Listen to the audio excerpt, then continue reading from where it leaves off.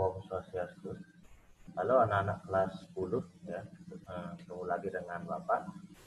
Kali ini Bapak akan membahas tentang 4 bilangan kuantum ya.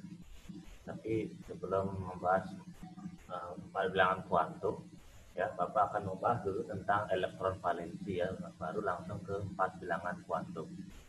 Nah, jadi untuk video pembelajaran kali ini ya, semoga kalian tetap dalam keadaan sehat dan semangat dan memaklumi kondisi seperti ini ya, masih sistemnya daring ya. Oke, langsung saja untuk mengenal elektron valensi. Jadi untuk elektron valensi itu pertama itu berasal dari suatu konfigurasi elektron ya. Contohnya seperti ini, ada 13 Al dan ini adalah suatu konfigurasi elektron ya. Jadi untuk menentukan elektron valensi itu sebenarnya adalah jumlah elektron terakhir pada kulit terakhir. Ya.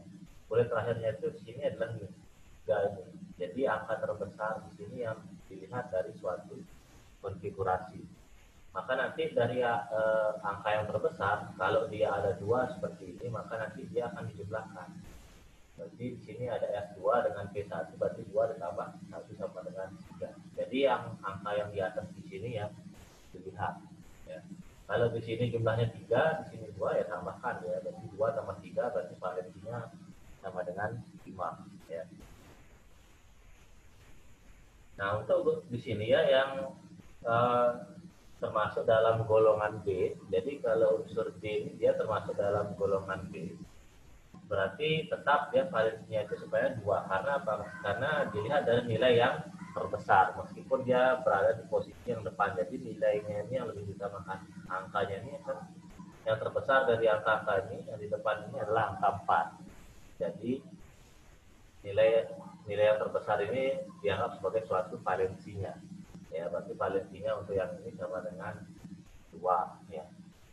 Nah, nanti kalau dia nanti memang suatu atom itu dia memiliki muatan seperti ini atau dalam kondisi ion namanya, itu tetap elektron valensinya itu bukan dia berarti 1 ya, tetap dia nanti sebagai dasarnya itu yang ini, yang di atas, yang 13 ini yang digunakan sebagai elektron valensi, walaupun dalam konfigurasi karena dia bermuatan 2 positif, dia menjadi konfigurasi seperti ini ya. Tetap dia nanti konfigurasi dasar yang digunakan untuk menentukan elektron valensinya ya. Tetapi kalau untuk menggunakan konfigurasi untuk menentukan 4 bilangan kuantum nanti, kalau dia dalam keadaan ion, tetap yang digunakan adalah yang paling akhir ya. Tetap yang paling akhir yang akan digunakan sebagai penentuan 4 bilangan kuantum. Yang paling terakhir atau mungkin setidaknya 2 yang paling terakhir ya. Jadi contohnya mungkin yang 2 paling terakhir itu seperti ini ya. Kalau yang seperti ini mungkin yang digunakan adalah yang terakhir, yang angka yang terbesar. Kalau ini kan angka terbesarnya 4, tetapi posisinya berada di depan. Sedangkan ini angka 3 berada di belakang. Ini karena pengaruh dari tingkat energinya yang berbeda ya. Meskipun angkanya ini dia lebih besar yang di depan ya. Oke, jadi seperti itu elektron valensi ya. Kemudian kita akan masuk ke 4 bilangan kuantum ya.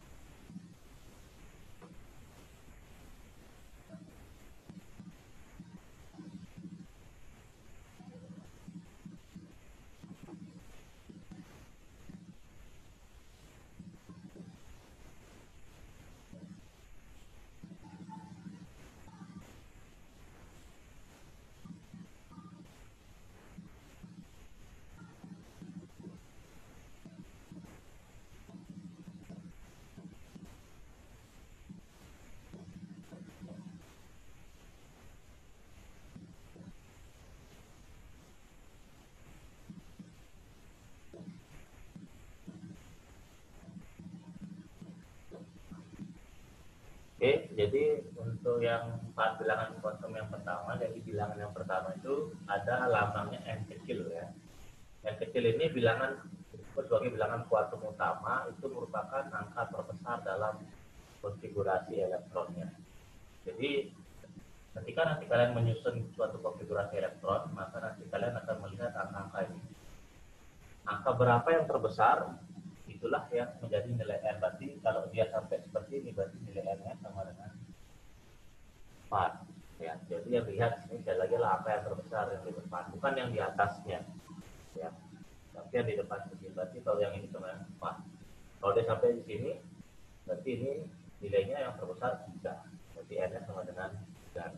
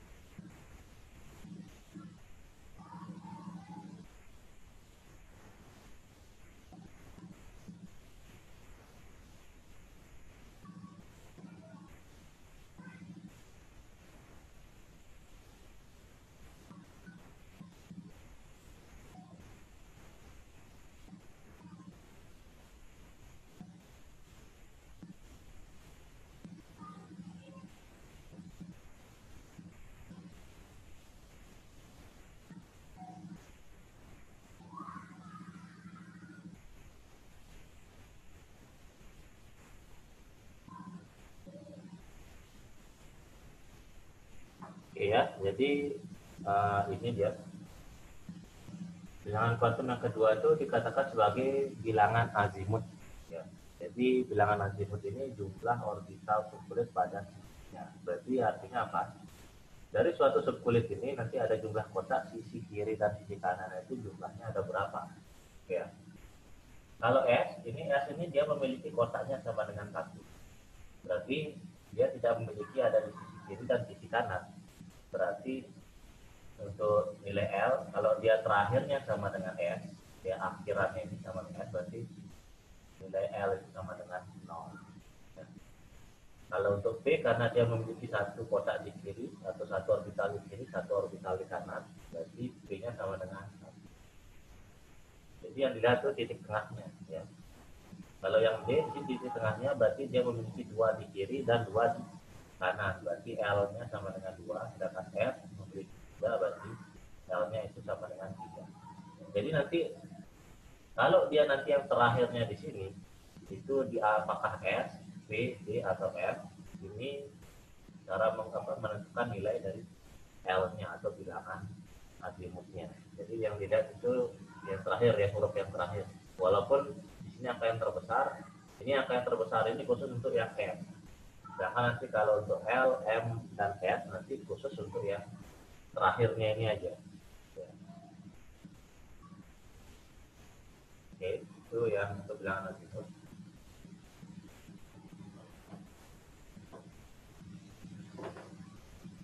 Dan bilangan yang ketiga,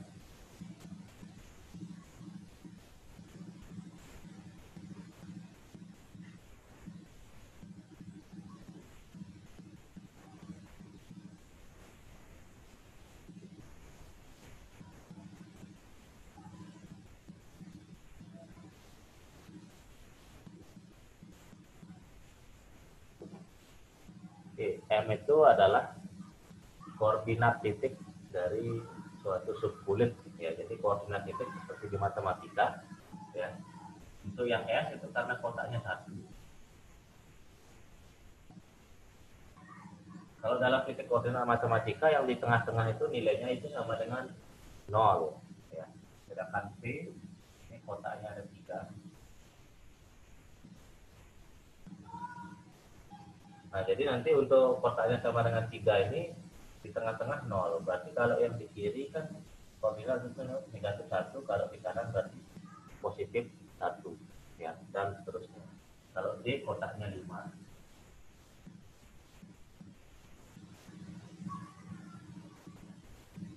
Tengah-tengahnya 0 berarti di kirinya 1, berarti ini 2.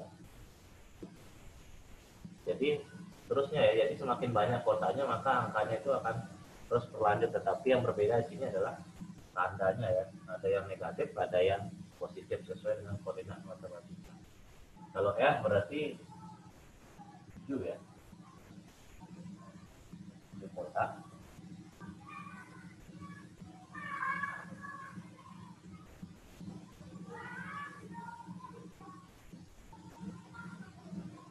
Nah, jadi untuk bilangan magnetik ini sebenarnya setelah kalian menentukan orbital atau bilangan azimut yang tadi, kotak terakhirnya itu yang mana atau subkulitnya itu yang mana terakhir, baru nanti kotak-kotak ini digunakan untuk mengisi elektron. Misalnya ada P3 ya, seperti itu. Berarti orbital terakhirnya adalah P, kemudian kita memiliki 3 elektron. 3 elektron di sini berarti sesuai dengan aturan Ampau kalian akan mengisinya ya ke arah atas dulu. Nah, seperti ini.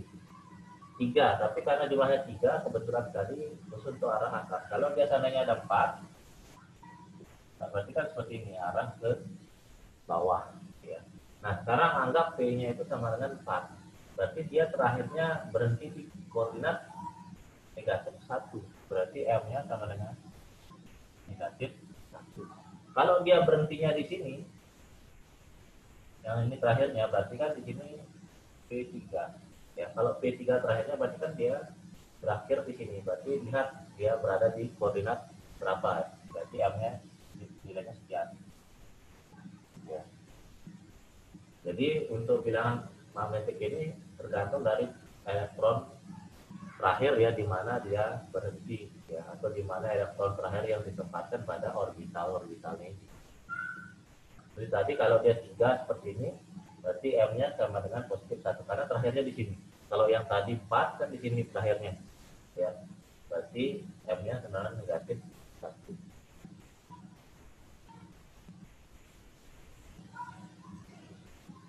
Dan yang terakhir di sini ada spin ya. Ini arah elektronnya. Kalau arah terakhirnya ke atas, nanti itu nilainya sama dengan positif setengah. Kalau dia arahnya ke bawah, nanti sama dengan negatif setengah. Ya. Jadi cuma ini aja. Jadi lihat arah terakhirnya kemana. Kalau dia P3 seperti ini kan arah terakhirnya ke atas, berarti nanti nilai S-nya sama dengan setengah. Positif setengah ya. Jadi jangan lupa harus tandanya positif setengah.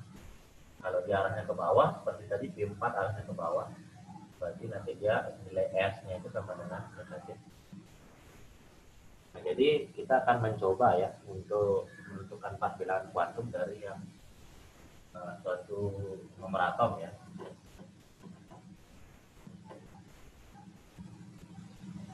Misalnya kita menggunakan yang tadi ya, jabatan R. Jadi boleh kalian lakukan penyingkatan ya, kalau disingkat ini kan dia menjadi seperti ini. Oke, boleh disingkat tidak apa-apa. Karena kita fokuskan dalam bilangan kuantum saja, menentukan N, L, M, dan S. Ya. Jadi di sini ya, kalau sudah kita melakukan konfigurasi, maka yang kita lihat itu adalah yang terakhir atau mungkin 2 yang terakhir. Yang pertama, N itu adalah bilangan kuantum utama, jadi angka yang terbesar ini yang dapat kita lihat. Ya. Jadi angka terbesar di sini angka 3, berarti N-nya sama dengan 3. Sedangkan untuk L di sini lihat suborbitalnya, ya subkulitnya maksudnya. Ya. Subkulit sini ada subkulit P yang terakhir. Berarti sini kan 3P1. Berarti dia kotaknya ada 3. Kalau tiap kotaknya ada 3, berarti L-nya sama dengan 1 ya. Seperti ini. L-nya sama dengan 1. Sedangkan untuk M di sini karena kalian sudah menggambar orbitalnya, jumlah kotaknya ada 3. Di sini kan berarti ada 3P1, maka kita akan mengisi kotaknya ini. Ya. 3P1 terakhirnya. Berarti pertama arahnya ke atas. Di sini 3P. Kan P di sini jumlah orbitalnya ada 3 atau kotaknya ada 3. Tapi isinya cuma 1, berarti P1.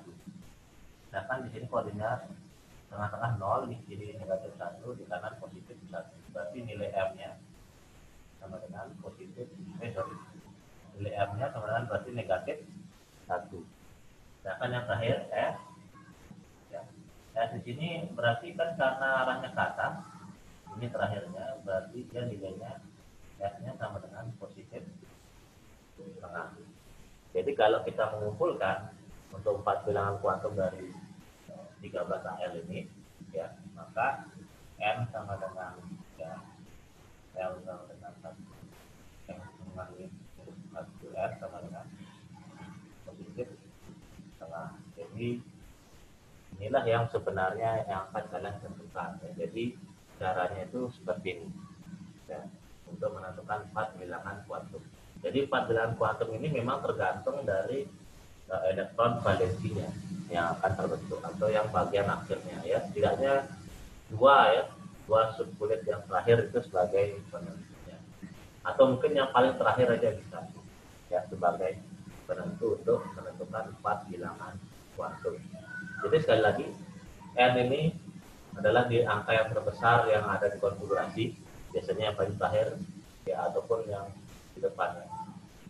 L bilangan azimut itu menyatakan subkulitnya, ya, kalau dia S berapa kotaknya, ya, B berapa, D berapa, ya, berarti nilainya cuma itu aja.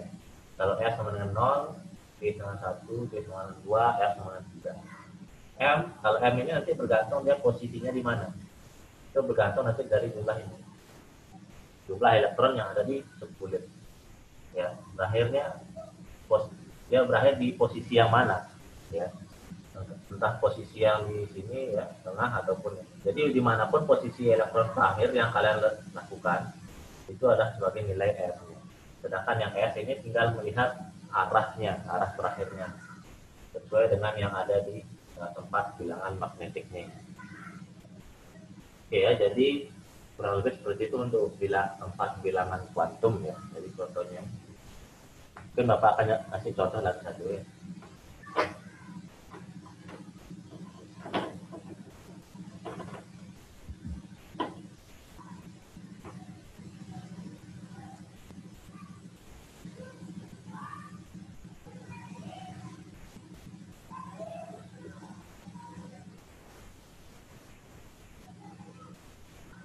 Ya, di sini ada AR 4S238. Jadi Bapak singkat, ya. Untuk bilangan kuantum kita mau menentukan di nomor atom 28 Ni, ya. Jadi unsurnya itu unsur Ni. Oke, cara menentukan 4 bilangan kuantum sekali lagi jadi N sama dengan ini 4. Karena apa? Angka 4 ini adalah yang terbesar dalam suatu konfigurasi, supaya nanti kalau kalian tidak kebingungan, jabarkan saja dia secara lengkapnya, ya. Karena biasanya kalau sudah peningkatan ini, angka yang disingkatnya tidak mungkin lebih besar daripada yang terakhirnya, ya. Terus kemudian untuk menentukan L ini baru kita ambil di sini, ya.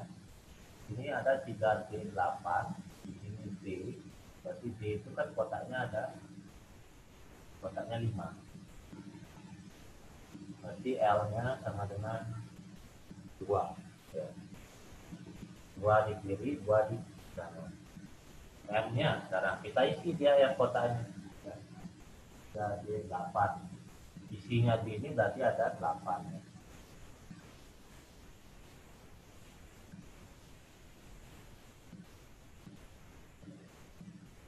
Oke. Jadi ini ada 8, isi ke arah atas dulu. Oke, sampai dia di sini arah atas semua, ternyata masih bersisa 3, ya. Di sini ada 5 sudah kita isi. Seperti main coklat, ya. Sudah isi arah atas semua, baru balik lagi sisanya lagi 3. Berarti kita taruh 3, 1, 2, 3. Jadi pengisiannya seperti ini. Kemudian kita beri tanda koordinatnya. Di kanan positif, di kiri negatif. Terakhirnya dia berhenti di sini tadi, ya. Ya, yang ini terakhirnya dia berhenti, maka nilai M-nya sama dengan 0. Sedangkan untuk S-nya tadi arahnya terakhirnya itu adalah ke bawah, ya. Arahnya ke bawah, berarti nilai S-nya itu sama dengan negatif. Nah, ini kita kumpulkan nilainya, berarti M-nya sama dengan alfa, L-nya sama dengan 2, F sama dengan 0, F sama dengan negatif setengah. Ya, jadi inilah keempat bilangan kuantum dari 28. Nanti kalau dia dalam bentuk ion, itu konfigurasikan dia sesuai dalam bentuk ion, misalnya nanti positif ataupun negatif. Jadi lakukan konfigurasi secara ion, baru tentukan 4 bilangan kuantum. Ya. Nanti untuk dalam penulisannya usahakan agak rapi dalam membentukkan kotak dan mengisi arah atas yang bawah supaya lebih jelas. Atau mungkin kalian mau membentuknya dengan warna yang berbeda, silahkan ya, supaya lebih jelas. Oke, jadi kurang lebih itu saja untuk penentuan 4 bilangan kuantum. Nanti untuk tugasnya Bapak akan berikan di Google Classroom-nya ya, sesuai dengan instruksinya, nanti semuanya ada di sana. Jadi cuma ini saja yang dapat Bapak sampaikan. Ya, Bapak akhiri sampai di sini untuk pertemuan kali ini. Bapak ucapkan para Mas Santi.